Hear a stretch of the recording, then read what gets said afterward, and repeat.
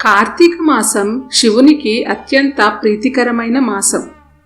కార్తీక మాసంలో తెల్లవారుజామున స్నానం చేయడం, శివునికి రుద్రాభిషేకం చేయడం, రుద్ర హోమం చేయడం, దీపాలు వెలిగించడం ఇలాంటి సాధనలు చేస్తూ ఉంటారు.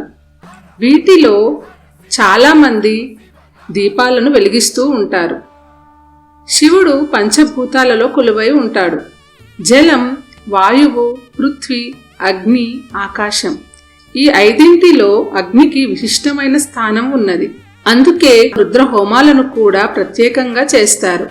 ఏ దైవ కార్యక్రమమైనా ప్రారంభించే ముందు దీపమును వెలిగిస్తారు. కారణం, శివుడు దీపంలో ప్రత్యక్షంగా దర్శనమిస్తాడు. దీపాన్ని చూస్తే ఒక శివలింగ ఆకారంలో ఉంటుంది.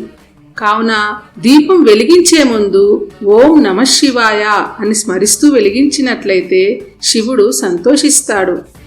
ఎందుకంటే ఆయన దీపంలో స్పష్టంగా ప్రత్యక్షంగా కొలువై ఉన్నాడు. శివుడు ప్రతి జీవి యొక్క ఆంతర్యంలో జ్యోతి స్వరూపంగా ఉన్నాడు. ఆంతర్యంలో సూక్ష్మంగా ఉన్న శివుడిని అందరూ దర్శించలేరు. కావున బాహ్యంగా ఒక దీపాన్ని వెలిగించి స్థూలమైన శివుడిని దర్శించి ఆంతర్యంలో ఉన్న శివుడిని దర్శింప చేయమని నివేదించడమే దీపం వెలిగించడంలో ఉన్న ముఖ్య ఉద్దేశం.